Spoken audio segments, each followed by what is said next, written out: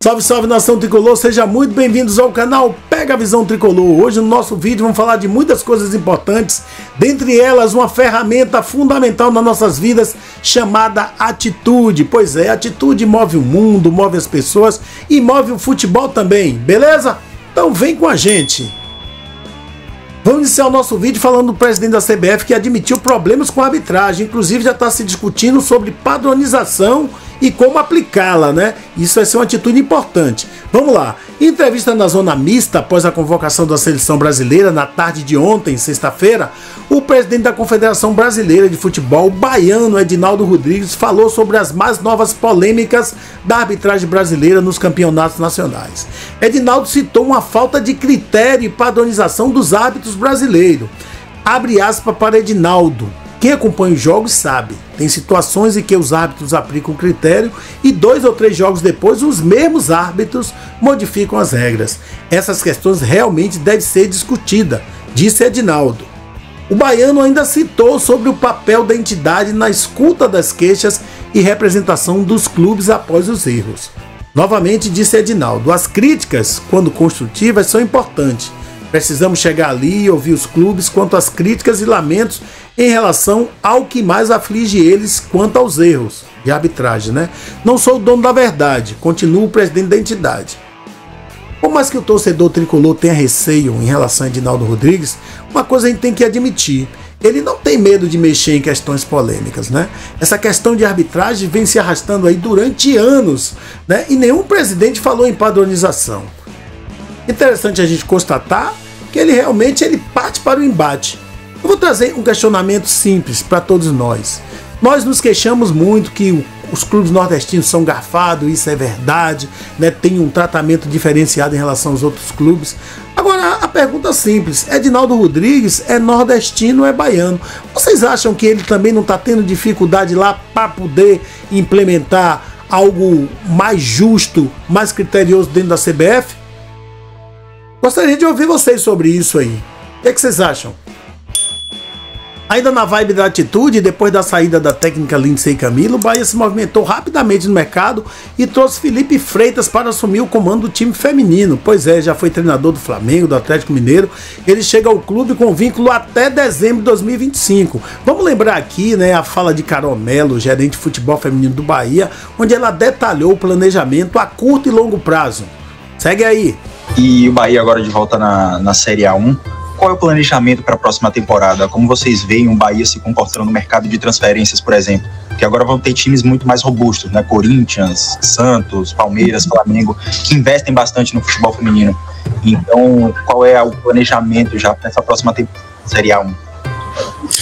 Olha, a gente vai ter que fazer um investimento novamente. Eu acho que o futebol feminino como um todo é um mercado que inflaciona muito de ano a ano, justamente porque todos precisam ter uma equipe de futebol feminino, mas a base não foi bem trabalhada lá atrás, então existe uma certa escassez de atleta no mercado. Então, é um mercado que inflaciona demais ano a ano. A gente vai continuar o investimento, a gente já fez uma pesquisa, um benchmark daquilo que o mercado tem hoje, né, o que os clubes fazem de investimento hoje, para que a gente não fique atrás. Mas eu acho que o investimento ele precisa ser feito com consciência, né, para que as coisas não fiquem desenfreadas lá na frente, né? Então, com consciência, o investimento ele é feito. De novo, parte desse investimento vai na contratação, na melhoria na qualificação do elenco, assim como o investimento também na qualificação dos profissionais, na estrutura. Isso tudo continua acontecendo, né? Então é um conjunto, mas que a gente não deve, a gente deve continuar nesse processo de investimento, né? Aí as palavras de Carol Melo, e planejamento é sinônimo de sucesso. Seguindo. Pois é, minha gente, eu estou aqui repostando algo que Fábio Domingues trouxe, que é muito interessante, né? A gente fazer uma reflexão sobre isso. Quando o Bahia foi campeão em 86, foi um sacrifício para a CBF convocar nossos jogadores para alguns amistosos. E na Copa América de 89, não tivemos nenhum convocado do campeão brasileiro.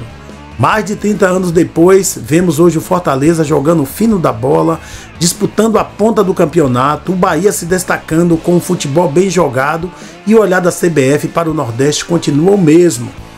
Apesar de termos hoje, né, um presidente nordestino na confederação.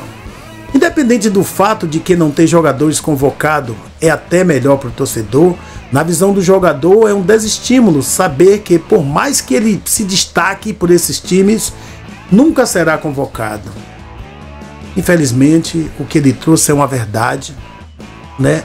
Isso até vai um pouco contrastar com a situação vivenciada hoje, pelo menos na divisão de base do Bahia. Por exemplo, Jampa, Del e Juan Pablo, né, já se encontram na Granja Comari para o período de treinamento da seleção sub-17. Então hoje a gente vê com muita frequência o pessoal da divisão de base sendo convocado. Mas em relação ao time profissional, realmente é muito frustrante, né? Toda convocação a gente fica numa expectativa que algum jogador seja chamado, mas infelizmente, se passado 30 anos, o olhar é o mesmo. Vamos virar a chave e falar do Brasileirão. Como é que vem esse Botafogo amanhã? Há muita especulação sobre os desfalques do Botafogo. De uma coisa é certa, 3 estão de fora, que é o Matheus Ponte, Alexander Barbosa e Savarino por conta de suspensão. Falam em Cuiabano e Luiz Henrique, mas Luiz Henrique, após ser convocado, disse que amanhã vai estar apto para jogar. Imagine vocês que eu li de manhã no scbahia.com que esse número pode chegar até 11 desfalques do Botafogo.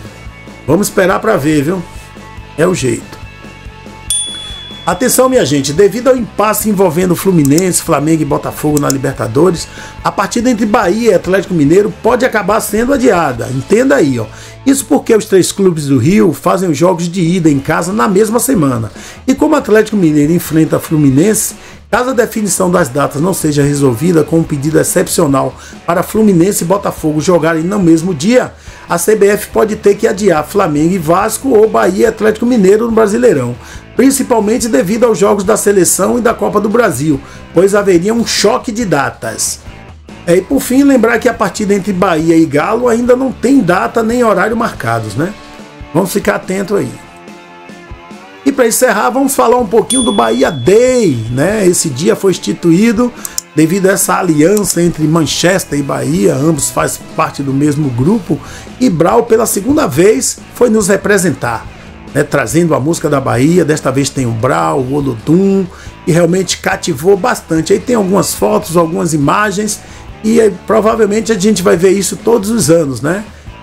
No finalzinho de agosto, essa parceria entre Bahia e Manchester. Tá aí, minha gente, estamos encerrando mais um vídeo. Agradeço a todos vocês por assistirem, fazer parte dessa jornada incrível no esporte com Bahia. Tô indo, mas sei que volto. E aí?